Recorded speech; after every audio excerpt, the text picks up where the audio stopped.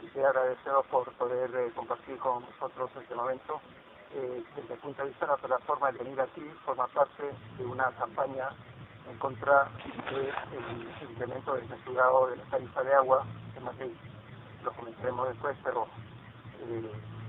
es coherente con los planteamientos de la plataforma de estar aquí y el explicaros o compartir con vosotros por qué estamos en contra de una subida de tarifa.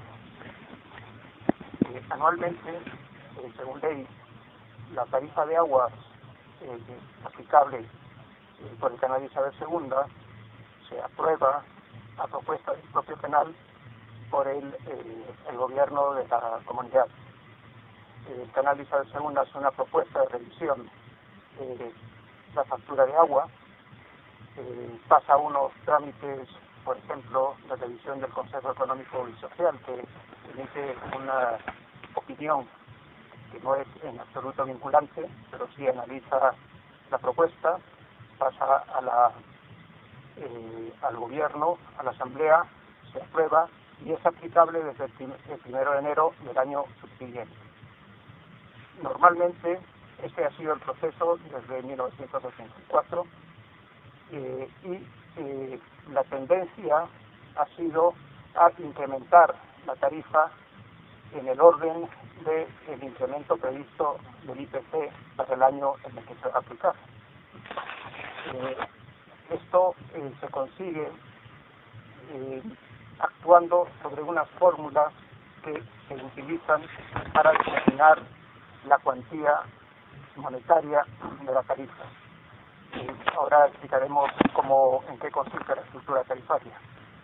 Pero el incremento del IPC se consigue aplicando a unos coeficientes, el incremento que se busca, y aplicando ese incremento del IPC normalmente también al precio unitario del agua que se consume. De esta forma que es muy fácil determinar que así va a pasar. Viendo que los coeficientes se incrementan y viendo que el precio unitario se incrementa en la cuantía prevista, será fácil hacerlo. Realmente en 2011, en diciembre, el canal propuso una revisión de fórmulas en la cual introdujo una revisión de la estructura de las fórmulas. Esta propuesta pasó por el Consejo Económico Social, en la cual están representados organizaciones de consumidores y sindicatos, y no pusieron pega en cuanto a el concepto y a los posibles incrementos de la tarifa. Sí alegaron en contra de cuestiones que hacían referencia más a la concepción medioambiental. Sin embargo, el propio Consejo aludía a que si se aplicaban las nuevas fórmulas iba a haber unos incrementos sustanciales en la tarifa. Lo cierto es que el gobierno no hizo caso a esa precaución del Consejo y aprobó la revisión de fórmulas en las cuales los coeficientes sí experimentaban un 3% de incremento, que era el IPC para este año. Y el incremento en la precio unitaria de las tarifas también era de 3%. Pero no se dieron cuenta que introdujeron para dos conceptos, que luego veremos, unas fórmulas novedosas que tienen y han tenido como consecuencia unos incrementos enormes en la cuantía de la tarifa, que llega hasta más del 30%. Nosotros, como plataforma, en los primeros años los primeros meses de 2012, había personas que se acercaban y nos llamaron la atención de que estaban notando unos incrementos de la factura. Y de hecho hubo una persona de Leganés en los cuales nos citó y nos explicó cómo él veía y por qué era ese incremento. En la plataforma hay un grupo de trabajo que se dedica a temas fundamentalmente legales, pero también de analizar todos estos problemas o estos temas que pueden suponer una denuncia a la práctica del canal actual, antes de privatizar. Lo vimos y comprobamos que efectivamente si se aplicaban o porque se están aplicando estas nuevas fórmulas, la tarifa se incrementa, como os comentaba, hasta un 30%. Pero es más, era una revisión de las tarifas que no era aplicable para todos los usuarios. Era aplicable únicamente para un determinado grupo de usuarios que se abastecen a través de un contador único y que geográficamente se puede situar en el casco urbano antiguo de Madrid y en edificaciones en las cuales, o comunidades de vecinos, en las cuales hay un único contador en la planta baja o en el sótano donde esté controlado por el canal y se distribuye el agua entre todos los vecinos. Esa situación es la que es donde se dan los incrementos que os comentaba antes.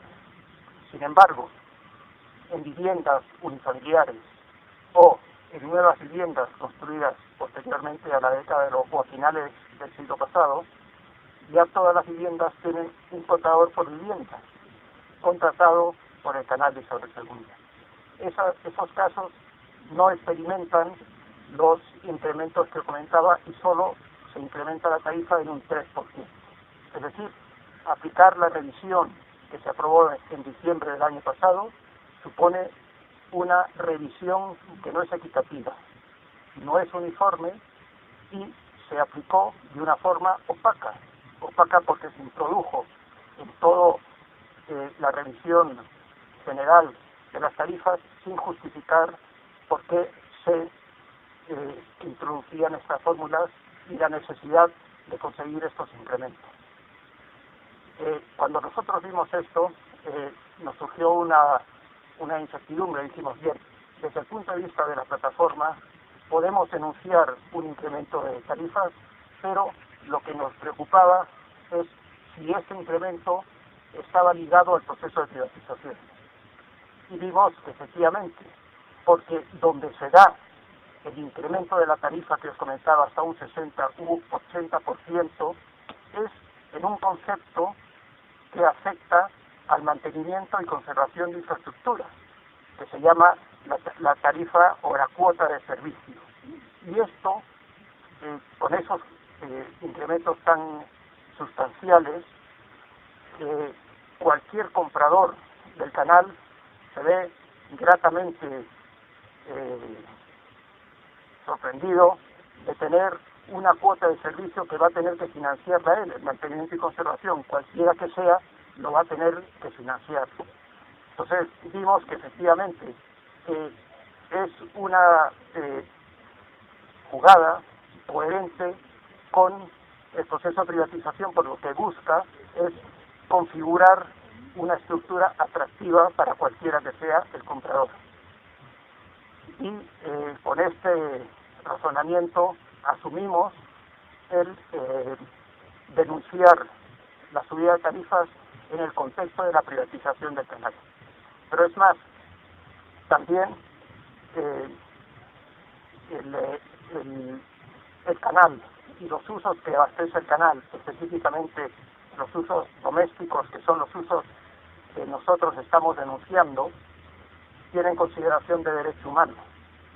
El abastecimiento de agua es un derecho humano que ha sido reconocido por Naciones Unidas no solo en la Asamblea General en julio de 2010, sino también mediante el Consejo Económico, el Consejo de Derechos Humanos de Naciones Unidas, reconoce la vinculabilidad legal del derecho humano para todos los estados y por tanto la posibilidad de legitimar el incumplimiento de este derecho. El hecho que esta subida haya sido injusta, no equitativa y opaca, conculca el derecho humano. Y en tanto que lo conculca, nosotros también asumimos la conveniencia de denunciar la subida. No denunciamos la subida porque llega a 1,40 el metro cúbico de agua, 1,40 euros el metro de agua, sino por lo que supone y por el proceso y porque se aplica de una forma que no es justa y no es equitativa. No hemos entrado en que si es justo o no el precio del agua. Ese es otro problema. Denunciamos el proceso y denunciamos las circunstancias que se están intentando plasmar para favorecer el proceso de privatización. Esto es un poco lo que... Y hay un dato más. Aplicar las nuevas fórmulas gravan de una forma relevante a los niveles de menor consumo. Los niveles de menor consumo son los niveles asociados a los sectores sociales más vulnerables. Y venimos otra vez a ver que efectivamente se está conculcando el derecho humano, además que es una práctica socialmente injusta. Este es el contexto desde el punto de vista de la plataforma, por qué nos oponemos a la subida de la plataforma, de la tarifa y a lo que llamamos el tarifazo. Frente a esto, decidimos conjuntamente con María Azul, con todo el movimiento del 15M, emprender una campaña de denuncia de lo que llamamos el tarifazo, y que consiste en denunciar lo más masivamente posible, de una forma justificada, aportando criterios e información, y también aportar herramientas de denuncia y reclamación. En este sentido, hemos elaborado 2 documentos con objetivo, que tienen un objetivo de incidencia y denuncia, que son una hoja de reclamación y que es otro que es un documento que tiene una posibilidad, ahora os comentaré, de recorrido legal, que busca en última instancia anular la orden en la cual se aprobó todo el proceso de revisión. La reclamación es un documento muy sencillo, basado fundamentalmente en 3 aspectos. Primero, que conculca el derecho humano en los términos que os comentaba. Segundo, que se ha hecho con total opacidad. Y tercero, que busca sentar las bases para la privatización del canal. Y se reclama que se anule la orden. En estos 3 conceptos. El recurso, que es el primer documento, está dirigido al defensor del cliente, debería ser el defensor del usuario del canal, y lo que se pretende es presentarlo y no tiene mayor recorrido, más que el que queramos nosotros darle por la resonancia. Pretendemos que se pueda presentar masivamente, independientemente de que seamos afectados o que tengamos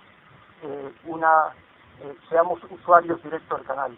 Yo vivo en una casa, pago un alquiler, pero el contrato no está a mi nombre, yo presento la reclamación, porque estoy siendo afectado, me repercute en el alquiler.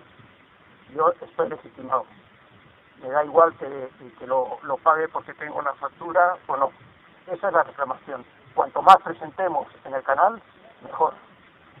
Y si podemos coordinar 30 personas, 50 o 100 personas conjuntamente ir al canal todos a presentarlo, habrá una repercusión que redundará en la mayor denuncia de esta situación.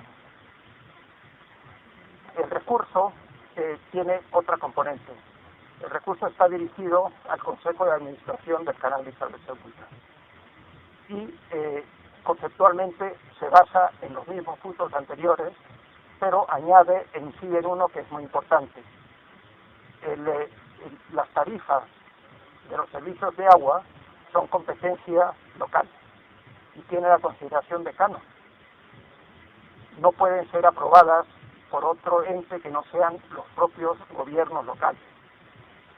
Si se revisan las fórmulas al alza o a la baja, y hay una revisión, al ser un canon tienen que estar justificados con estudios técnicos, administrativos y económicos. Eso es como se tiene que hacer. Y esta revisión de las tarifas que se aprobó por La comunidad no tiene ninguno de esos estudios. Es más, se da en una situación del año pasado que el canal tuvo más de 130 millones de euros de beneficios.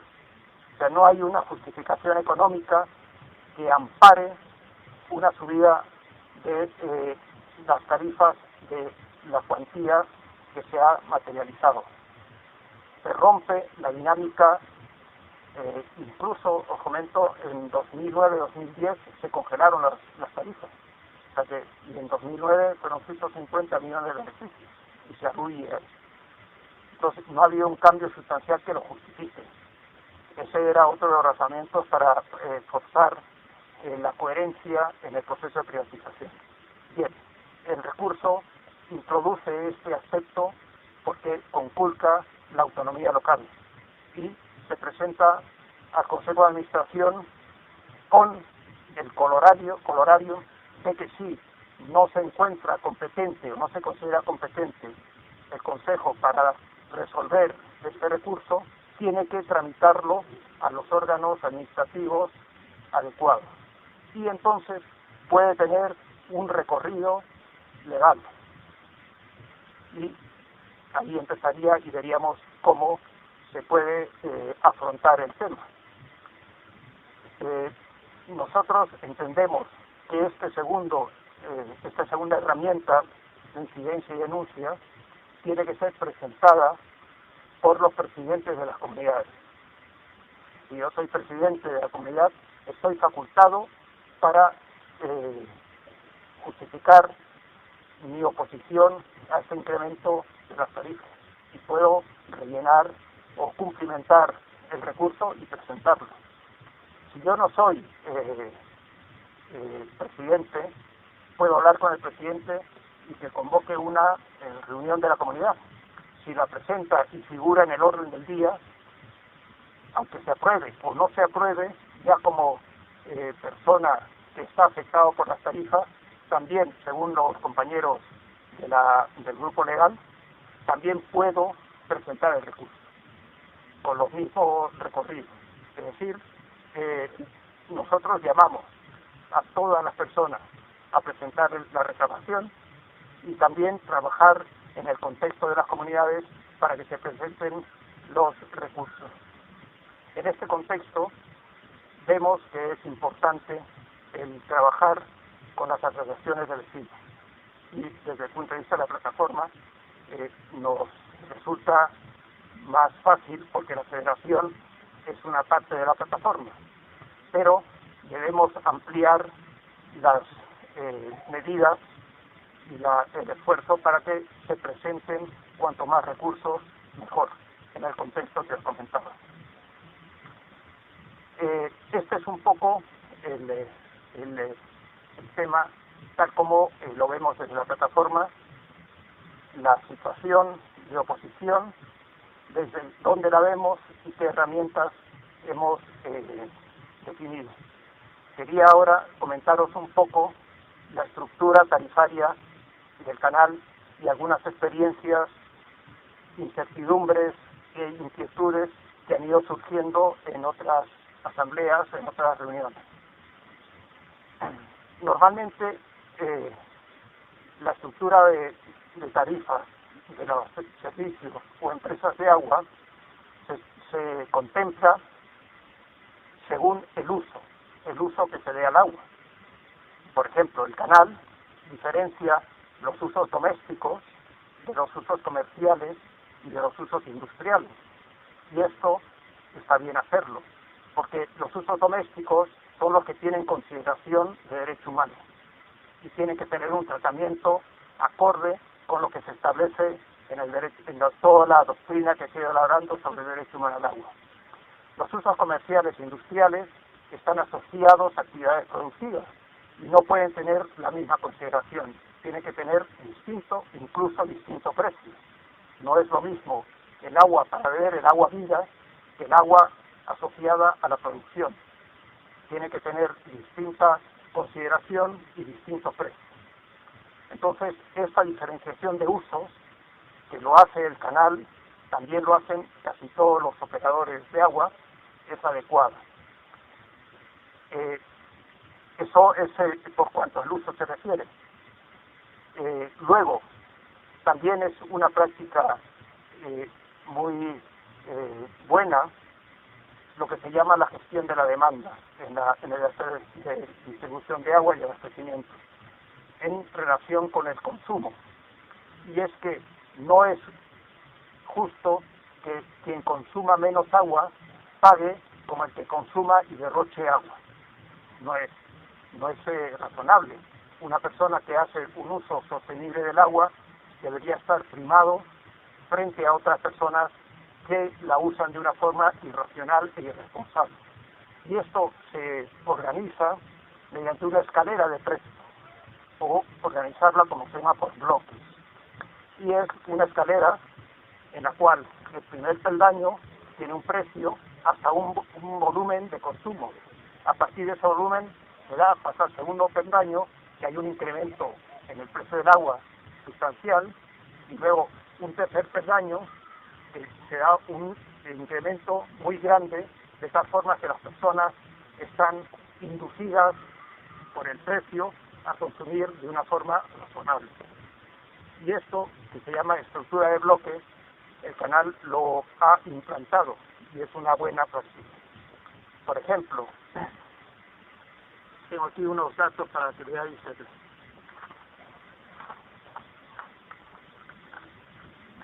En los usos domésticos, el paso del primer bloque, que es el bloque más barato, cuesta 0,81 euros el metro cúbico, hasta los 25 metros cúbicos cada 2 meses.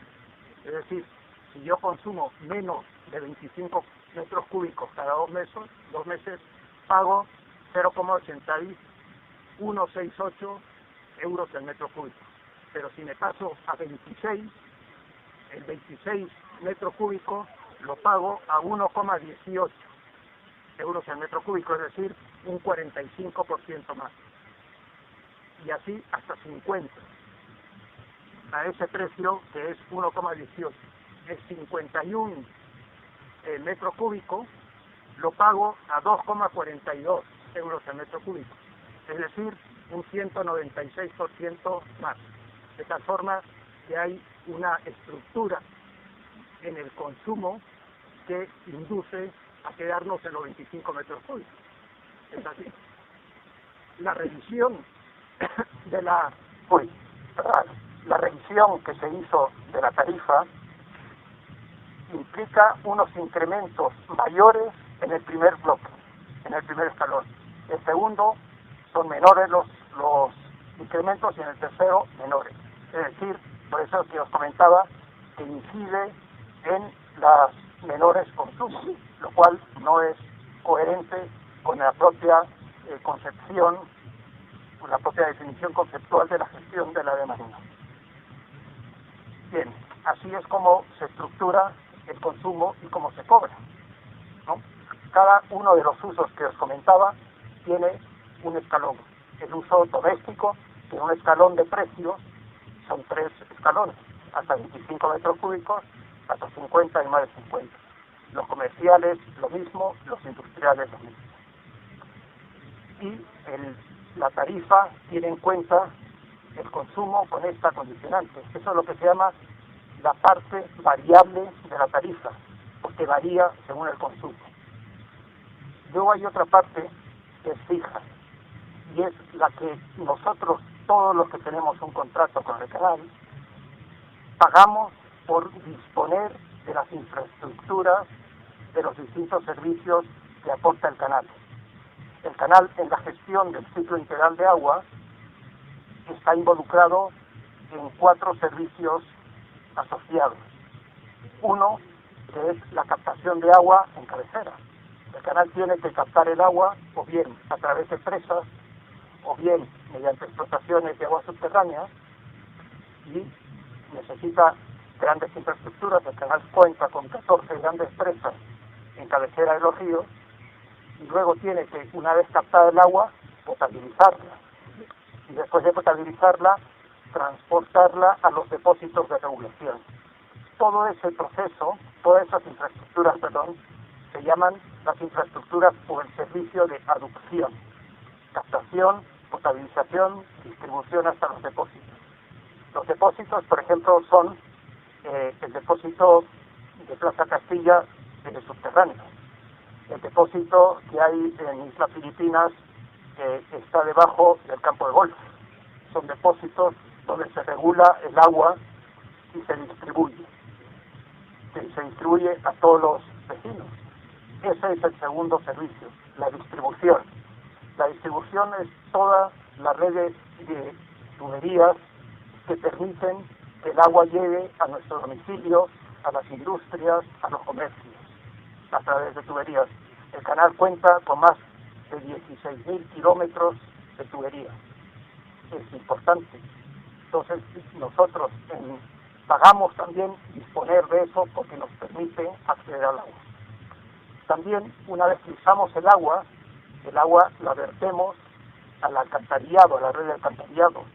Y la red de alcantarillado también es receptora de las aguas fluviales, las aguas de lluvia, toda esa red también de colectores, es el tercer servicio que presta el canal. Y esa red de colectores termina en las depuradoras. Las depuradoras son las que tratan el agua hasta unos niveles de calidad adecuados que están marcados por ley para poder ser vertidos a los ríos. Ese es el cuarto servicio, que es la depuración. Todos estos servicios nosotros pagamos el tener la posibilidad de utilizarlos directamente, e indirectamente el de depuración. Y luego hay un quinto servicio que tiene un uso todavía limitado, que es el de reutilización. Parte de los volúmenes depurados vuelven a ser utilizados en el riego de parques, en el baldeo de calle, que es agua no potable, pero que se puede utilizar. Ese es el servicio de reutilización. Bien, pagar esta cuota, la posibilidad de contar con estos servicios, es una cuota fija y se llama la cuota de servicio. Y es la cuota que tiene en cuenta en la tarifa. Por tanto, la tarifa tiene la cuota de servicio que pagamos por la disponibilidad y la cuota variable que pagamos por usar el agua. La revisión de las tarifas incide en la cuota de servicio de dos de los anteriores únicamente, el de aducción y el de distribución. Y en eso es donde se experimenta el incremento gordo, que llega hasta el 100%. Y luego, los otros dos servicios solo se han incrementado un 3%. Y la cuota de consumo también. Entonces, el incremento se da en los dos servicios que son potentes. Y que para cualquier operador, el recibir más dinero, la cuota de servicios está asociada al mantenimiento que tiene que dar el operador y a la conservación de esas infraestructuras. Si te pagan más y recibes más, mucho mejor. Ahora, y te evitará posiblemente tener que subir la tarifa por esos conceptos. Podrás subirla por el precio de agua o por otra cosa, pero por eso no. Y cualquiera puede arguir, oye, mira, es que no tenemos agua en Murcia, van a subir el agua porque no tienen. Y dicen, oye, está muy poca agua, hay que subirla. Y bueno, puede venderse de alguna forma, pero lo que no podrían vender es, oye, es que tenemos que subir el mantenimiento, y que pero si tú te has comprado y has afrontado la gestión de la empresa con esos criterios. Entonces, esa es un poco la obligación que has comentado. Por tanto, esa es un poco la estructura, y vemos que en la tarifa hay partes adecuadas y hay otras partes que la repercusión ha sido brutal y ha supuesto un incremento muy importante. En todo esto ha habido una serie de cuestiones. Ahora comentaré cómo podemos cada uno de nosotros conocer el incremento que tenemos, pero hubo una reunión hace creo que 2 semanas, una cosa así, de la Federación de Vecinos en Matadero, y estábamos hablando, y más o menos en los términos que estamos ahora, y se levantó una persona mayor. No, bueno, mayor somos todos, algunos, pero tendría unos 70 años, unos 70 años, una cosa así. Y dijo, oye, mira, yo soy del Casita Sur, y está bien eso de la revisión de la tarifa, pero lo que pasa donde yo vivo no es que nos quejemos de que va a subir la tarifa, es que hay gente que ya no paga la tarifa. Ya no paga la tarifa porque no puede. Y eso es lo que está pasando y seguramente se agudizará en el contexto de cómo se quiere profundizar en la crisis. Entonces, ahí hay una cosa que desde la plataforma nos planteamos, que es efectivamente, nosotros tenemos la campaña para denunciar esta subida, que es una subida totalmente irracional, pero que tenemos que avanzar, y avanzar en la propia estructura de la tarifa. Y para tener en cuenta lo que planteaba esta persona, hay lo que se llama el mínimo vital. Es decir, que el primer bloque, el primer peldaño, cueste cero, hasta un volumen determinado de consumo. Y esto no es quimérico. Por ejemplo, en Durban, en Sudáfrica, existe eso. En Sudáfrica hay varias ciudades donde se da un escalón de coste cero. Eso no quiere decir que el agua sea gratis. Eso quiere decir que tú vas a disponer del mínimo vital para vivir, para poder acceder a unas situaciones de vida dignas. Y ese mínimo puede ser, por ejemplo, 20 litros por persona al día o 30. No estamos hablando de barbaridades. Y eso se da, eso es posible. Porque quien consumirá esa cantidad será quien esté en una situación muy especial. Y yo, que consumo 100 litros por persona al día, en Madrid la media está en torno a los 140. Vamos a consumir la misma cantidad, o podemos bajar a 80, 90, pero 20 nos da igual, porque no es nuestra limitación, es el concepto, ¿no? Entonces, lo que estamos trabajando es una propuesta de estructura tarifaria que tenga en cuenta el mínimo vital y determinar cuál es ese mínimo vital. Esto es coherente con el derecho humano al agua también, porque el derecho humano habla de accesibilidad. La accesibilidad es acceder a un mínimo vital que es la cantidad de agua indispensable para vivir dignamente. El derecho al agua está vinculado al derecho a los niveles de vida dignos. Y este es uno de los aspectos que en el seno de la campaña, en el contexto de la campaña, hemos visto que debemos afrontar a él. Otro es la propia estructura tarifaria, que no lo hemos analizado, pero estamos, porque es, por ejemplo, ¿cuál es la relación entre el precio del agua doméstica y el precio del agua industrial? No lo hemos clarificado, pero lo tenemos que saber, porque si fuera un 5% no sería visible. Entonces, son otros aspectos que al meternos en la campaña van surgiendo temas que afectan a la estructura tarifaria que queremos abordar para plantearlo en el seno de las próximas reuniones. Este es un poco el contexto. Nosotros hemos preparado una hoja Excel en la cual es de muy sencillo manejo. Tú metes los datos y te dice el incremento que ha supuesto la tarifa. Pero ¿quiénes somos los que estamos afectados por la tarifa? Os comenté. Primero, por supuesto que son los usos domésticos. Segundo, son todos aquellos de vosotros que tengan una factura, por ejemplo, de Astres, de ISTA, no del canal. El canal es el que tiene el control del contador abajo. Y yo en mi vivienda, yo tengo mi contador en casa, viene una empresa que es Astres, en el caso mío es ISTA, me da el contador y es el que me pasa la factura. Esos son los casos donde estamos afectados. Si yo tengo un contrato directo con el canal, he experimentado el 3%. Todos los demás, que es la mayoría del casco antiguo, Leganés, Móstoles, Getafe, tenemos un contador por bloque y en la vivienda no obtenemos contador individual, o hay viviendas, por ejemplo, estados legales que no tenían contador, que hacen un prorrateo de contador general. Esos son los casos en los cuales nosotros hemos denotado que existe el incremento tarifario. En el caso mío, el agua me ha subido un 18%. Somos 13 vecinos, 13 viviendas en un bloque en Malasaña. Y así, cuanto más vecinos haya por bloque, el incremento se va disparando. Entonces, con eso, nosotros, si ese es el caso, hablar con los presidentes para intentar presentar los recursos. Pero si no es el caso, da igual presentar la reclamación.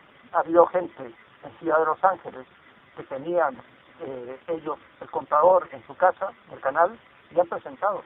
Y el canal le ha respondido diciendo, no te ha experimentado el incremento que dices porque eres aquí te ha subido solo el 3%, y la verdad, pero da igual, hay que presentarlo, porque no es tanto tu caso como es el hecho.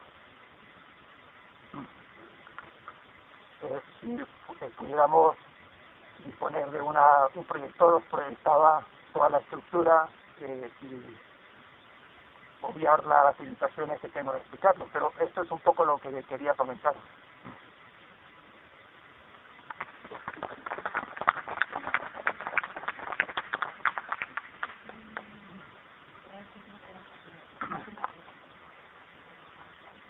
¿Hay preguntas o opiniones?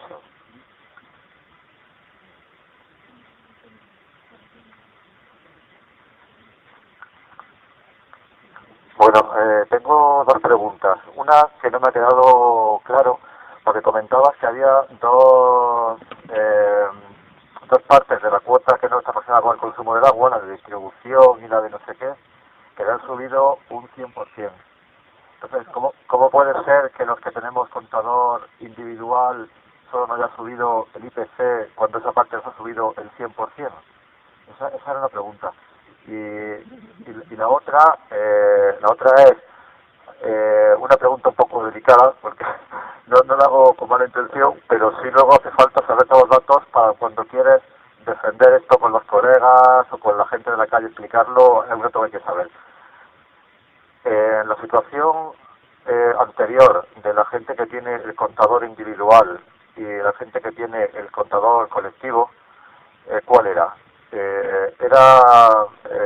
Pagaban en neto menos los que tenían el contador colectivo y ahora con la subida se están equiparando, o la discriminación de la tarifa actual provoca que los del contador colectivo acaben pagando más que los otros. O sea, ¿hacia una medida hacia igualar o hacia realmente hacerles pagar por encima del resto? Gracias.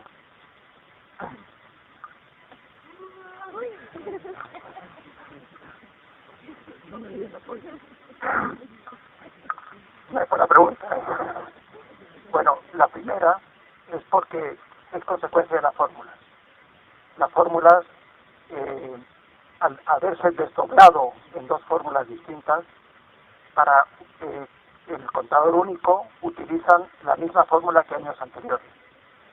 Para la situación en la cual hay un contador compartido, usan una nueva fórmula, que el valor en euros de la cuota de servicio se incrementa cuanto más usuarios individuales, mayor es el incremento. Por eso es. Y la segunda, efectivamente, el discurso del canal dice que no, lo que estamos haciendo es equiparar el precio de los que tienen un contador único con aquellos que tienen un contador colectivo y una distribución. Pero están gravando a los que tienen un contador colectivo y no han justificado por qué se hace así. Las fórmulas son interpretables, no está aclarado el significado de las fórmulas. El discurso del canal es el que tú dices, es efectivamente, hasta ahora están los contadores individuales y el canal tiene el contrato. Ahora lo que quieren ellos, en última instancia, con las nuevas fórmulas, es como si el canal tuviera un contrato conmigo, ¿no? Que lo tiene con la comunidad, pero traspasarlo a cada uno de los vecinos, pero él no me hace el mantenimiento de mi contador, no me lo lee, no asume ningún tipo de compromiso. Él me factura con el contador individual. Es una situación que no es coherente. Podríamos nosotros decir, y este es otro de los aspectos que estamos estudiando, gracias por la pregunta, en la plataforma, es ver qué es lo que pasa si efectivamente el canal tuviera contadores con todos los vecinos directamente y no a través de subcontrata. Los vecinos que pagamos a Ullastres estamos obligados a hacerlo para conseguir una distribución racional en el contexto de nuestras comunidades.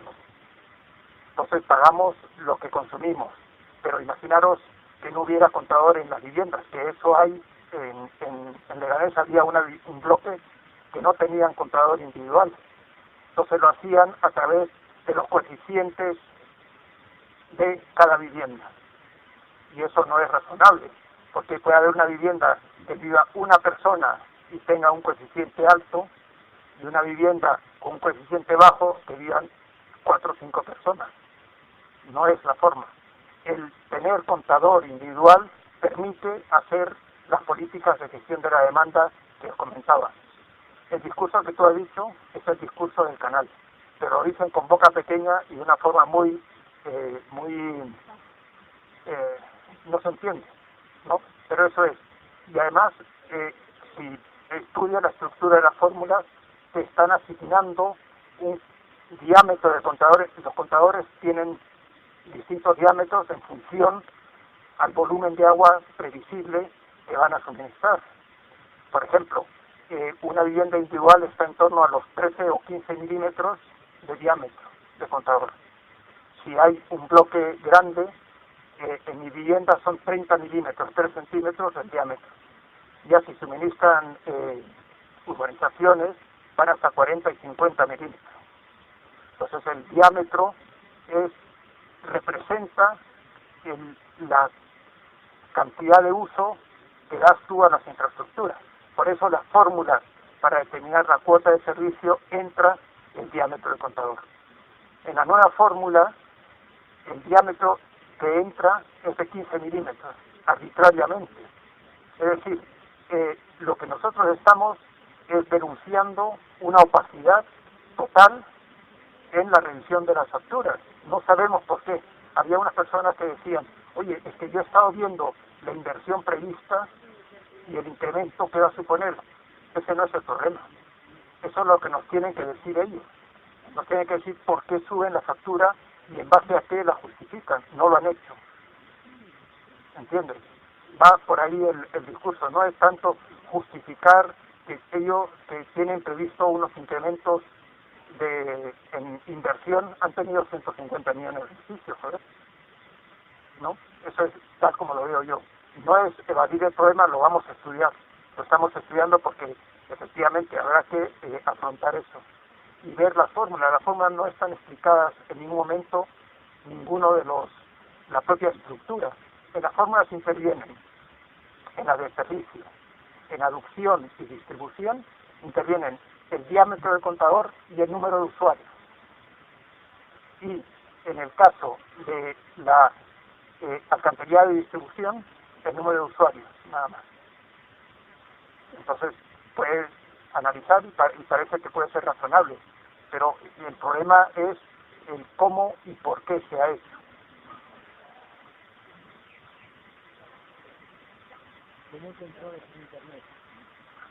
Ahí está, gracias por la pregunta, pero a veces hay una página web que es, tú puedes escribir en Google plataforma canal de Isabel II y te sale plataforma contra la privatización del canal. Allí hay un bloque dedicado a las tarifas y ahí hay unos estudios específicos que hemos hecho sobre el incremento tarifario. Están los 2 documentos que os comentaba y hay presentaciones que hemos preparado para distintas reuniones, charlas, etc. Luego, si tenéis algún problema, yo creo que también podéis escribir hay una dirección de correo explicando el problema o cualquier tipo de ayuda y os lo podríamos afrontar. Os comento un caso. Hay una persona un tío potente, que escribió y decía: yo tengo el recurso ya preparado, ¿dónde lo tengo que enviar o lo enviáis vosotros? Entonces yo vi el recurso, vi su factura y le dije: oye, lo siento, tío, porque tú no puedes presentar el recurso porque él tenía unos usos comerciales. Entonces hay que fijarse qué usos son. Nosotros en la vivienda tenemos los usos domésticos, pero yo puedo tener una tienda pequeña, esos usos son comerciales. El discurso nuestro, como os comentaba, es el discurso asociado a los usos del derecho humano, el agua doméstica. Entonces, en la página web hay un bloque donde puedes conseguir esa información. Y hay una dirección de correo donde puedes también dirigirte a nosotros. No te digo la dirección porque es muy fácil. Sí, claro, eso lo comenté. No, es muy sencillo.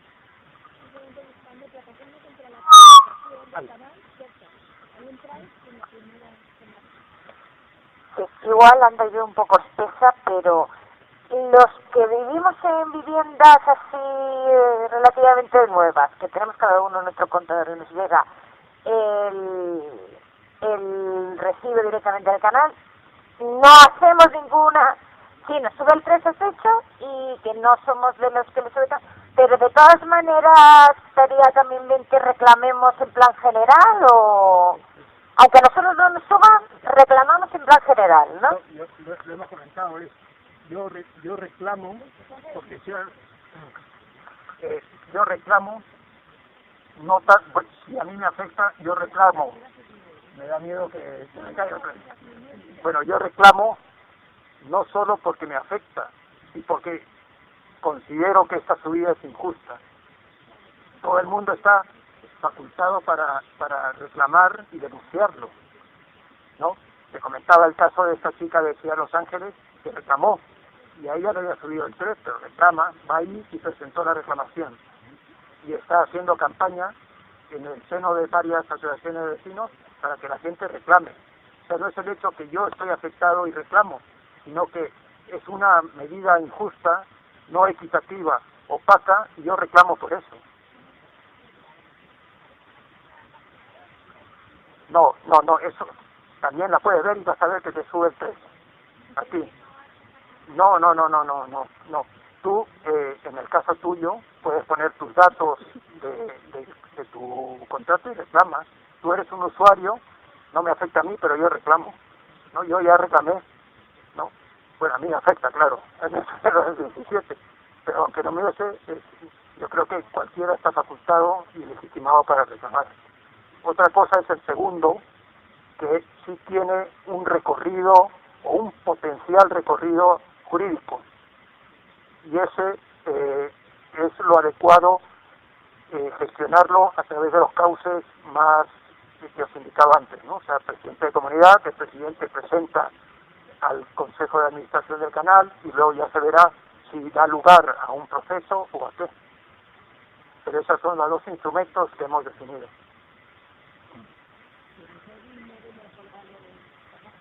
Sí, en la página hay para los dos instrumentos, para el reclamo, la reclamación, y para el otro, lo identifica fácilmente.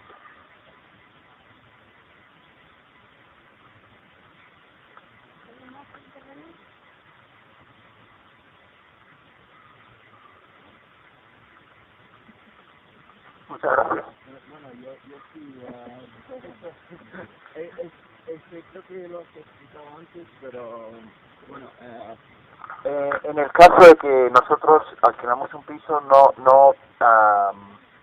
la factura no está en nuestro nombre, es en el nombre de la propietaria del piso, también podemos reclamar. Claro. Vale. Sí. Yo creo es mi impresión. Yo estoy pagando el agua en el piso, a mí me afecta, ¿no? Entonces, no hay nosotros definimos dos instrumentos para tener en cuenta eso. Uno, para mostrar nuestro rechazo y reclamamos este incremento. El contexto es lo que comentaba, pero lo que queda es la reclamación.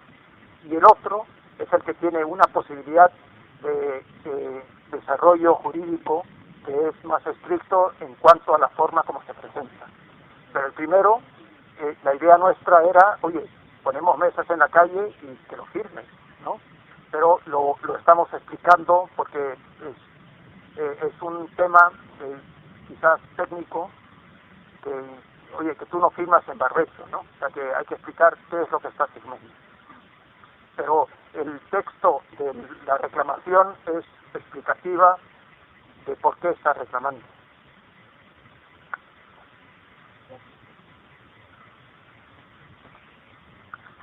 Vale, yo quiero preguntar si haciendo tanto reclamación como el segundo paso, si es posible, ¿esto ayuda a parar la privatización en algún sentido o no? ¿Y cómo va ahora mismo, qué sabemos sobre los últimos para privatizarla, cómo estamos un poco? Bueno, nosotros tenemos una aproximación que yo comparto personalmente, que es que cuanto más pegas se metan en cuestiones injustas, es mejor, porque los potenciales compradores valoran mucho el riesgo y la seguridad. No es lo mismo afrontar una compra de una empresa que esté tranquila a una empresa que tenga un recurso de inconstitucionalidad. No es lo mismo afrontar la compra de una empresa, ¿no? que no tenga problemas, a que haya una campaña denunciando una subida de tarifas que sienta las bases para hacerme más atractivo, para incentivar que yo la compre. No es lo mismo. Entonces, desde el punto de vista de la plataforma, nosotros entendemos que la denuncia de la privatización es transversal. No es solo me opongo a la privatización, sino que hay muchas formas, siempre desde una seriedad conceptual, ¿no? Yo no voy a hacer demagogia, pero hay muchas manifestaciones en las cuales están ligadas a la privatización y yo las denuncio.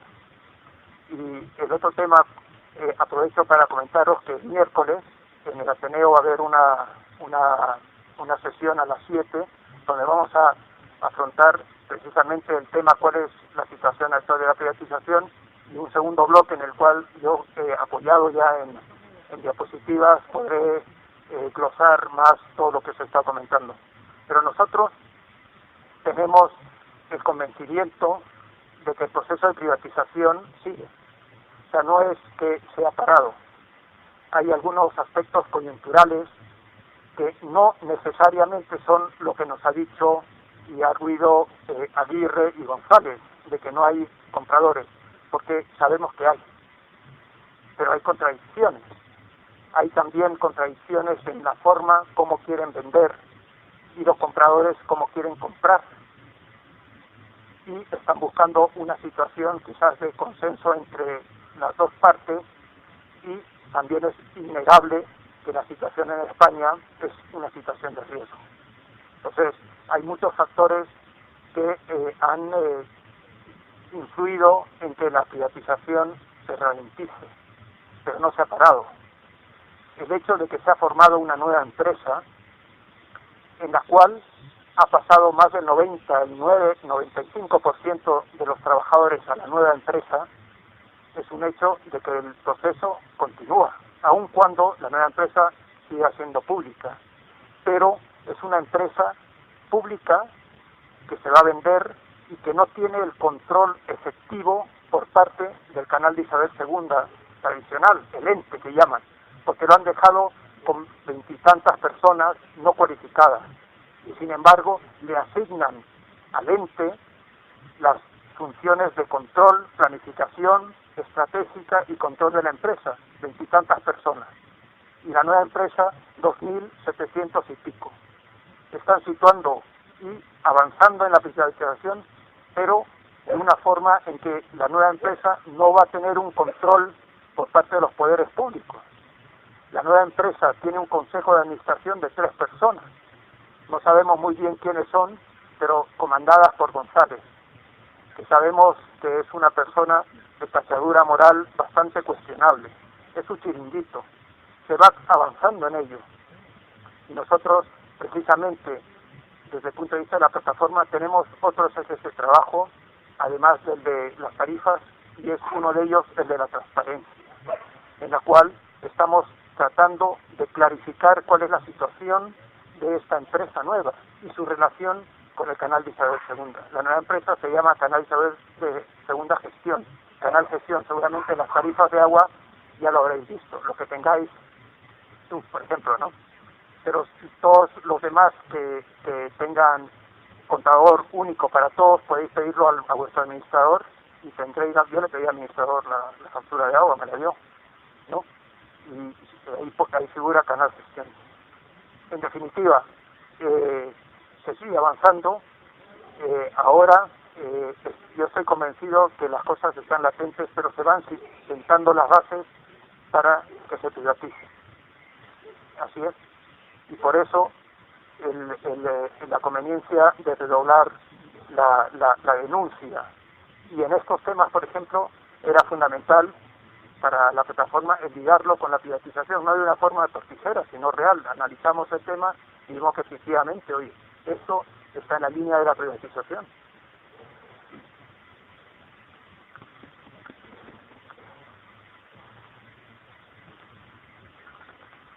Sí, quería comentaros que ha sido muy importante en el proceso de lucha contra la privatización del canal la participación de las vecinas y vecinos en los barrios y pueblos, y que desde Marea Azul queremos ampliar esa participación. Y hemos convocado una asamblea abierta en la que queremos que vengan cuantos más grupos de trabajo y asambleas de barrios y pueblos, pues mucho mejor.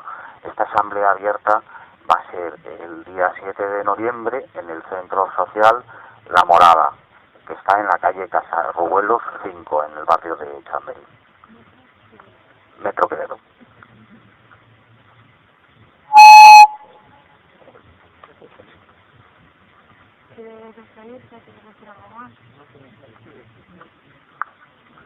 Bueno, aprovecho para despedirme y daros las gracias por compartir estos momentos, y os recuerdo que el miércoles, si queréis, a las 7 en Ateneo.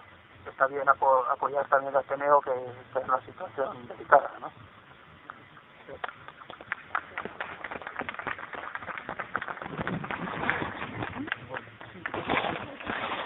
Bueno, hoy hemos pasado ya fresquito, se nos había olvidado. El domingo que viene, que va a ser una temperatura mucho más agradable, no sé. No, yo lo sé. Quedamos aquí a las 4, si os parece. A ver, lo hablamos entre todas. Normalmente lo que hicimos el año pasado fue quedarnos en noviembre aquí a las 4, porque a pesar del frío que estamos pasando hoy, hace una temperatura más agradable que allí en el kiosco de música, porque corta el aire. Y luego ya cuando haga frío y ya el tiempo